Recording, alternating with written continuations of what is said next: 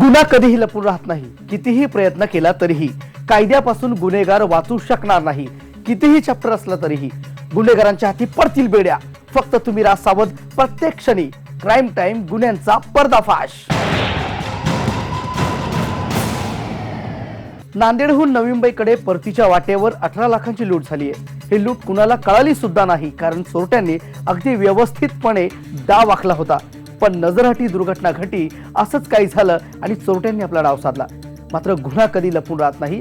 एका वाटीच्या आधारे पोलीस थेट गुन्हेगारापर्यंत पोहोचले. पाहूया ही सविस्तर घटना.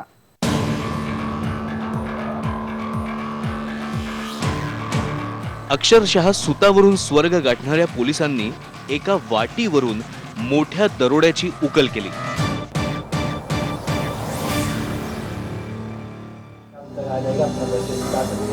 नवी मुंबईतल्या नेरुळमध्ये सोने चांदीचे व्यापारी महेश कुमार बाफना यांचे कामगार लाखोंचा ऐवज ने-आण करण्याचं काम करतात. जीवन वृषभ बोला शेठ. हा सर. अरबली नांदेडमध्ये ऑर्डर आहे आणि कुठल्याही परिस्थितीत माल चोख गेला पाहिजे. 18 लाखाची ऑर्डर आहे. गाडीमध्ये जाताना नीट जपून झोपा काढू नका. Okay sir. कळलं? ते काय आमचं काय सर रोजच काम आहे ना. नाही, ते नाही. नवीन काय त्याच्यात आमचा हल्ली गोष्टी होतात. अजून परत काय आमच्याकडून हल्ली कधी काय सर आम्ही व्यवस्थित नेणार सर. तुम्ही काय टेन्शन घेऊ नको त्याच्याविषयी. नाही, तसं आता नाही. एवढे आम्ही व्यवहार करतो बँकेचे ते काय त्याच्यात काय असतं की कुठे हल्ली quality मध्ये दिसतं हल्ली काय? काय चाललंय आपण जगामध्ये नाही, ऐकतो. नको टेन्शन घेऊ कळलं सर. का? येतो आम्ही व्यवस्थित घेऊन. बरं. एवढंच आहे. हो हो एवढं करू. ठीक आहे निघा. हा रविवार 21 फेब्रुवारी.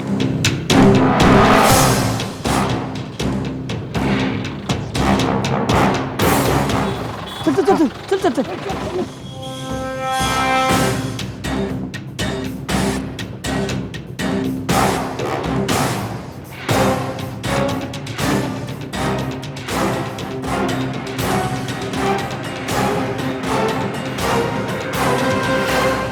गाडी बरी आली. टायमावर गाडी मिळाली. हा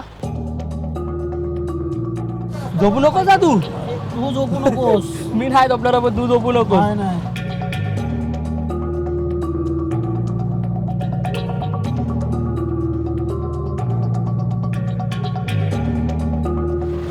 लक्ष ठेव.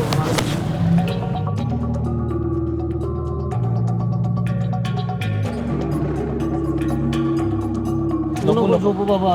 मी नको झोपू म्हणजे काय मला झोप येते रे केव्हा केव्हा. झोपू नको. नाही झोपत.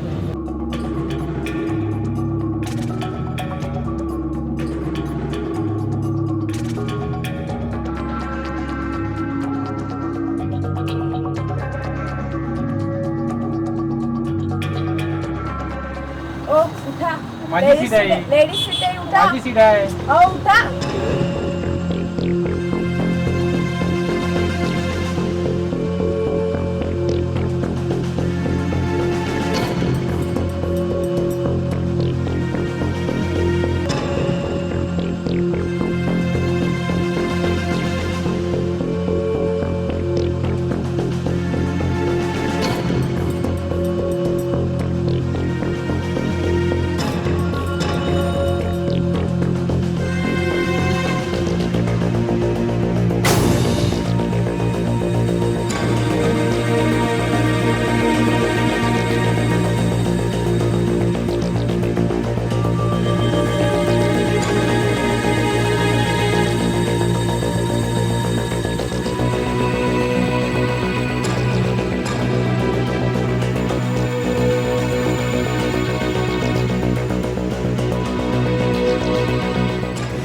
हो दादा, गाडी थांबवा, आम्हाला उतरायचंय. थांबव गाडी.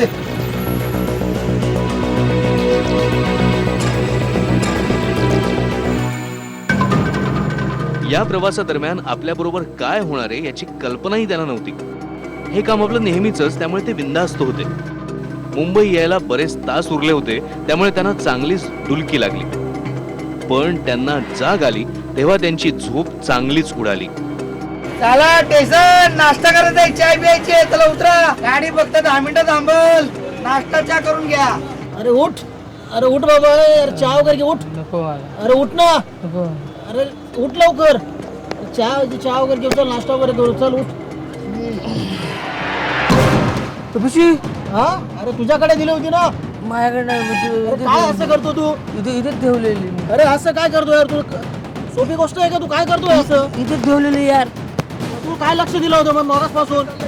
बघ बघ बघ कुठे कुठे असं कसं होईल? कंडक्टरला विचार, कंडक्टरला विचार. काय वाट लावली रे तू? कंडक्टर इथं बॅग ठेवली बघितलं? आम्हाला काय विचारतात तुमच्या बॅगा तुम्हाला माहिती ना.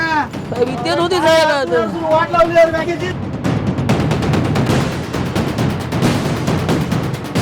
कुठे ठेवली होती मला सांग मला. कुठे ठेवली होती? दोघांच्या मदत होती नाही रे यार. माझ्याकडे नाही द्यायची होती ना. काय काम करतो सर तुम्हाला सांगायचं ना झोपून आला मग सारखं. तिकडे पोलीस स्टेशनला कंप्लेंट करा आम्हाला जाऊ द्या पुढं. काय वाट लावली आता मालकाला काय सांगशील तू आता? काय सांगशील थांबा, आता? थांबा, साहेब.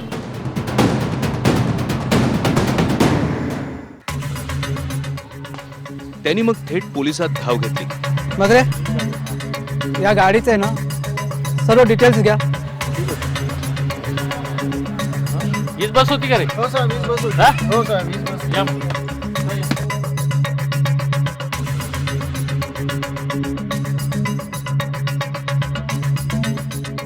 काय रे झोपा काढता? काय ते? चोऱ्या होता तिथे. चल रे. चाल. चोऱ्या झाल्या काय विचारतोस? या तुम्ही या इकडे. चला या. मग रे बघा यांचं काय. कुठं बसलो रे? इथे बसलो होतो सर. इथेच बसलो होतो.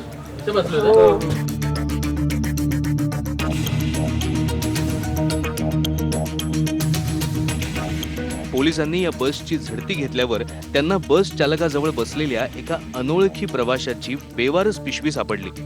या पिशवीमध्ये कटर, चादर, टॉवेल आणि एक लहान स्टीलची वाटी होती. या वाटीनेच तपासाला वाट मोकळी करून दिली. सर वाटी मिळाली हो बघा. हा या वाटेने त्यांची आपण वाट लावू शकतो.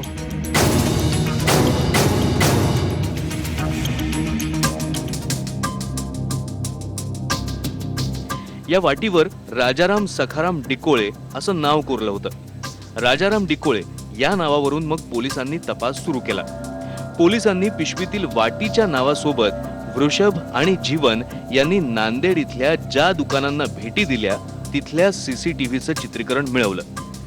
या चित्रीकरणात वृषभ आणि जीवन यांच्यावर काही व्यक्ती पाळत ठेवतायत असं पोलिसांच्या लक्षात आलं. अरे काय ऋषभ यार, तू इथे बसलाय चहा पीत. काय झालं म्हणजे आपल्याला निघायचंय, चल लवकर. थांब ना तर मालकाचा विश्वास आहे ना आपल्यावर. तू अरे कशाला मालकाचा विश्वास आहे पण आपल्याला आता 5 दिवसांनी दर जायचं? 5 दिवस यायचंच आहे ना. जायचं ना मग. थांब ना. आता चहा वगैरे पिऊन जाय. चाय दे दोघे. काय दे रे बाबा. तुला माहिती आहे ना आपल्यावर विश्वास आहे मालकाचा. तू एवढं टेन्शन घेतोय. एवढं टेन्शन घ्यायला चालतं का? नवी मुंबई ते नांदेड आपली आता ट्रिप चालूच झाली आहे. दर 5 दिवसांनी आपल्याला निघायचंच आहे. लाखो रुपयाचा माल आहे यार आपल्याकडे. असं कसं चालेल? चल लवकर.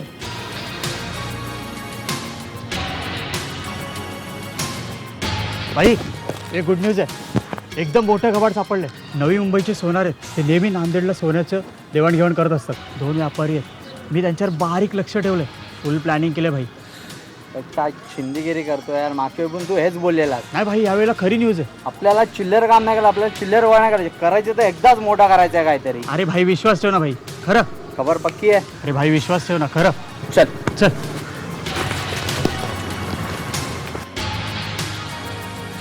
या चित्रीकरणात वृषभ आणि जीवन हे नेमके कुठे जात आहेत, कुठून येत आहेत या हालचालींकडे बारीक लक्ष ठेवण्यात आलं होतं.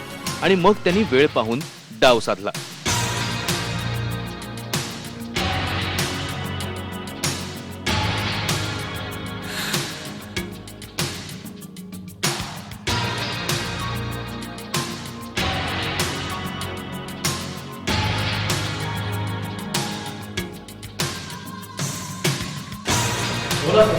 मग रे आपण ज्या बसमध्ये होतो त्या बसमध्ये जी वाटी सापडली त्या वाटेवर नाव होते राजाराम डिकोळे.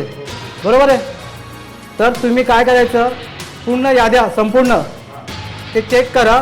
त्याचं नाव कुठे ना कुठे आपल्याला सापडेल. बरोबर आहे. तुम्ही घेऊन या याद्या पूर्ण. पोलिसांनी राज्यात प्रत्येक जिल्ह्यातील मतदार यादीमधली नावं शोधायला सुरुवात केली. त्यावेळी या नावातून डिकोळे हे नाव शोधल्यावर पोलिसांचा तपास सोलापूर जिल्ह्यातल्या माढा तालुक्यातल्या घाटणे गावाकडे केंद्रित झाला आणि अखेर पोलिसांच्या तपासाला यश आलं. तर हे सोलापूर जिल्ह्यामध्ये घाटणे गाव आहे. ओके. तिथे राजाराम टिकोळीचं 2 नंबर यादीमध्ये नाव मिळालं. मग रे आरोपी किती हुशार असला ना तरी पोलिसांच्या हातून सुटणार नाही हे तुम्हाला माहित आहे. आपण त्याला ट्रॅप करूया. बरोबर. नेरूळचे पोलीस पोहोचले थेट घाटण्यामध्ये. राजाराम डिकोळे आहे ना त्यांचं गाव दिसतंय आणि आपण जे मतदार यादी चेक करतोय ते या गावातच आहे.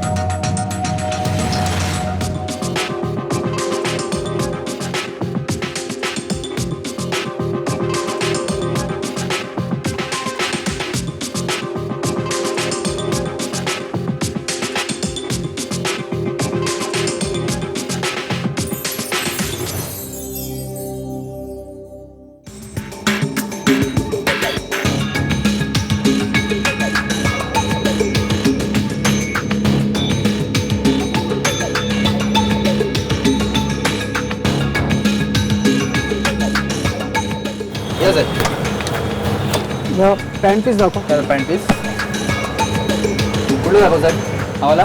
याच्यामध्ये दाखव. हे ब्लॅक ब्लॅक ब्लॅक ब्लॅक. ठीक आहे सर. याच्यापेक्षा चांगली क्वालिटी नाही का? आहे ना याच्यापेक्षा रिमूव्हची आहे चांगली.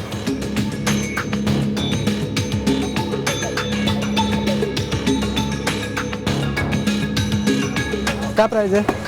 याचे साहेब 500 रुपये. माल कुठे? हा काय साहेब तुमच्या डोळ्यासमोरचं सर्व माल.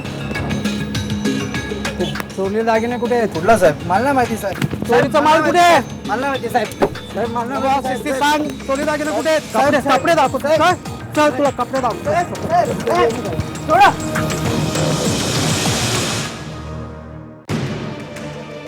पोलिसांनी संशयित भारत टिकोळेला ताब्यात घेतलं. भारतला पोलिसी खाक्या दाखवल्यानंतर त्याने हा चोरीचा कट कसा रचला हे उजेडात आलं. 18 लाख रुपये किमतीचं सोनं आणि 1 लाख रुपयांची रोकड भारतकडून पोलिसांनी जप्त केली. या कटामध्ये भारत एकटाच नव्हता. त्याने चोरीनंतर सोनं जे आहे ते इतरांबरोबर वाटून घेतलं अशीही कबुली दिली. या प्रकरणातील भारतचे इतर 4 साथीदार सर्जेराव डिकोळे, अनिल डिकोळे, विनायक गुंजाळ, लहू दगडे यांचाही पोलीस शोध घेत आहेत. बऱ्याचदा टीकेच्या तोंडी असलेल्या पोलिसांची ही कामगिरी आणि हा शोध खरंच कौतुकास्पद आहे. विनय म्हात्रे, IBN लोकमत, नवी मुंबई. ठाणेकरांनो सावधान, आपल्या बॅगेवर कुणाचं तरी लक्ष आहे, कारण कुठल्याही क्षणी तुमची नजर हटली तर बॅग चोरीला जाऊ शकते. आता वेळ झाली छोट्याशा ब्रेकची. तुम्ही कुठेच जाऊ नका. पाहत राहा क्राईम टाइम, गुन्ह्यांचा पर्दाफाश.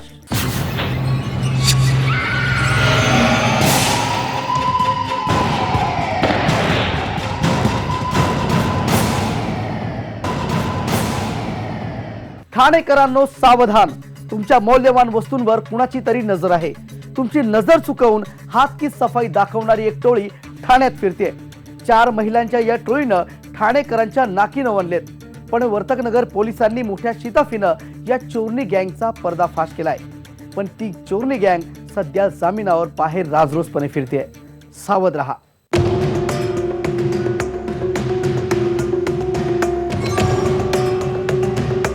दुकानांमध्ये, ब्युटी पार्लरमध्ये चोरीच्या घटना दिवसेंदिवस वाढत होत्या. पोलीस स्टेशनात याविरोधात तक्रारही दाखल होत होती. आणि अशातच काही महिन्यांपूर्वीचं हे CCTV फुटेज पोलिसांच्या हाती लागलं. हे फुटेज नीट बघा. गेल्या वर्षभरात अशा घटनांनी ठाणेकरांची झोप उडवली होती. या दोघी जणी एका ब्युटी पार्लरमध्ये गेल्या. ब्युटी पार्लर मधल्या महिलेनं टेबलाखाली आपली बॅग ठेवली होती. आता नीट बघा या आलेल्या महिलांची कर्तबगारी.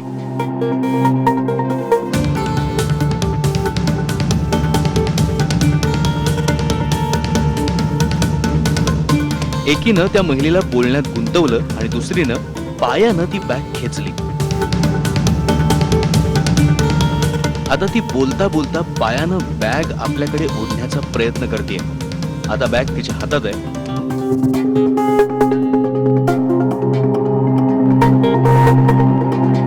जेव्हा ती ब्युटी पार्लर मध्ये आली होती तेव्हा तिच्याही हातात एक बॅग होती. त्या बॅगेच्या आड तिने चोरलेली बॅग लपवली आणि मोठ्या चतुराईनं तिथून काढता पाय घेतला.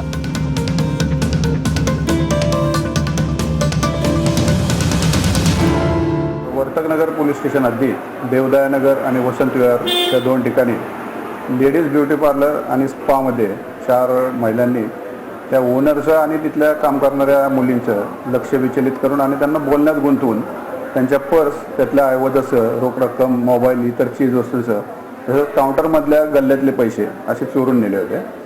आम्ही CCTV फुटेज आणि चोरी गेलेल्या मोबाईलचं टॉवर लोकेशन त्याच्या आधारे त्यातल्या 4 महिलांचा शोध घेऊन त्यांना त्या गुन्ह्यात अटक केली.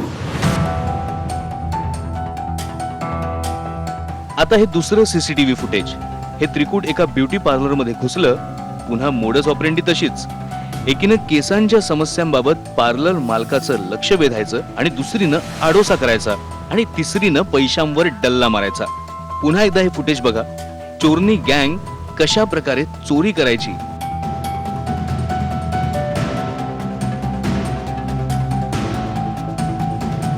पण पोलिसांसमोर त्यांची हुशारी जास्त दिवस चालली नाही.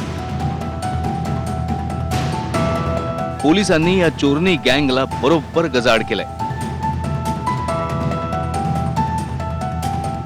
राणी, ललिता, रीना, गुड्डी या टोळीच्या म्होरक्यांना वर्तकनगर पोलिसांनी अटक केली होती. आता त्या जामिनावर बाहेर आहेत. त्यामुळे ठाणेकरांनो सावध रहा. मनोज देवकर, IBN लोकमत, ठाणे. पैसा वाढवण्याच्या नादात हातातले पैसे गमावून बसाल अशी स्थिती तुमची होऊ शकते. कारण भांडूप पोलिसांनी अशाच एका टोळीचा पर्दाफाश केलाय. ही टोळी नेमकी कशी फसवणूक करायची ती आपण पाहणारच आहोत, पण एका ब्रेक नंतर. तुम्ही कुठेच जाऊ नका. पाहत राहा क्राईम टाइम, गुन्ह्यांचा पर्दाफाश.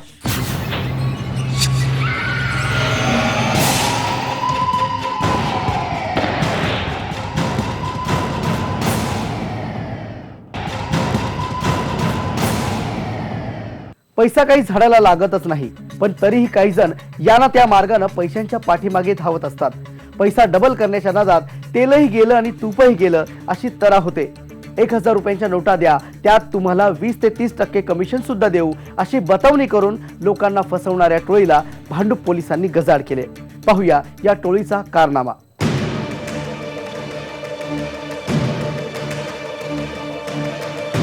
पैसा कोणाला नकोय, पण तो कोणत्या मार्गाने येतो तेही महत्वाचं आहे. कमी वेळात जास्त पैसा कमवण्याचा शॉर्टकट अनेकांना तुरुंगात पोहोचवतो. काळा पैसा व्हाईट करण्याच्या नादात अनेकांची फसवणूक झाल्याचं आपण पाहिलं असेलच. भांडूप पोलिसांनी मुसक्या आवळलेली ही टोळी पहा. या टोळीनं अनेकांना लाखोंचा गंडा घातलाय. काही लोकांना हे ट्रॅक करायचे आणि त्यांना सांगायचे की आमच्याकडे ब्लॅकचा पैसा आहे, ज्याच्यामध्ये आम्ही तुम्हाला ते ब्लॅकचे पैसे, पण आमचे ते 100 आणि 50 रुपयाच्याच गड्ड्या आहेत आमच्याकडे, आम्हाला ते 1000 रुपयामध्ये कन्वर्ट करायचे आणि त्याच्या बदल्यामध्ये तुम्हाला आम्ही 20% 30% कमिशन देऊ. म्हणजे समजा तुम्ही 10,000 रुपये आणले असतील तर त्याच्याऐवजी तुम्हाला 12,000 13,000 रुपये आम्ही तुम्हाला 50 आणि 100च्या नोटांमध्ये देऊ. 1-2 सिटिंग झाल्यानंतर मग त्याच्यामध्ये त्यांना एका ठिकाणी बोलवलं जायचं आणि त्यांना ह्या ज्या अशा बॅगमध्ये अशी गड्डी दाखवल्या जायची आणि त्यांना सांगितलं जायचं की एका पर्टिक्युलर ठिकाणी जाऊन तुम्हाला हे कॅश त्याच्या जागी देण्यात येईल. तिथं गेल्यावर अचानक एक दुसरी टीम, पोलिसांची टीम रेड करणार आणि त्यांना ते सगळे पैसे जे आहेत ते पैशासकट घेऊन जाणार. 100 रुपयाच्या खऱ्या नोटा एका कागदाच्या बंडलवर लावून या 100 रुपयाच्या 1000 नोटा आहेत, या बदल्यात 1000 रुपयांच्या नोटा द्या, त्यात तुम्हाला 20 ते 30% कमिशन सुद्धा देऊ असं सांगून हे टोळकं आपलं सावज हेरत असतं. लोकांना असा आमिष दाखवून त्यांनी लाखोंची माया जमवली होती. घाटकोपरमधील एक व्यापारी याचा बळी ठरला, पण त्यानं हिम्मत करून पोलिसांमध्ये तक्रार दाखल केली आणि हे टोळकं पोलिसांनी जेरबंद केलं. यात एक पोलीसही सामील असल्याचं निदर्शनास आलंय. ॲज ऑफ नाऊ एक GRPचा कॉन्स्टेबल आहे, त्याचं इन्व्हॉल्वमेंट दिसत आहे, त्याला आम्ही आता अटक केलेला आहे. त्यामुळे पैसा डबल होतो असं सांगितलं तर त्याला बळी पडू नका. पैसा वाढतो, पण तो फक्त आणि फक्त कष्टानंच, हे विसरू नका. मनोज कुलकर्णी, IBN लोकमत, मुंबई. आज आपण या 3ही घटना पाहिल्यात. त्यात शॉर्टकट मधीच्या नादात आयुष्य तुरुंगात काढण्याची वेळ या आरोपींवर आली आहे. त्यामुळे प्रत्येकानं कोणत्याही आमिषाला बळी न पडता अशा घटनांपासून सतर्क राहिलं पाहिजे. क्राईम टाईम या आमच्या लोकप्रिय कार्यक्रमाचा हाच उद्देश आहे की गुन्ह्यांचं उदात्तीकरण नाही तर सावध राहण्याचा इशारा. कारण आपण जिथं असतो तिथं आजूबाजूलाच गुन्हा वावरत असतो, ऐन मोका साधून गुन्हा घडत असतो. म्हणून काही आढळलं संशयास्पद, पोलिसांना कळवा बिनदिक्कत. आजच्या भागात इथेच थांबतोय. सावध राहा प्रत्येक क्षणी.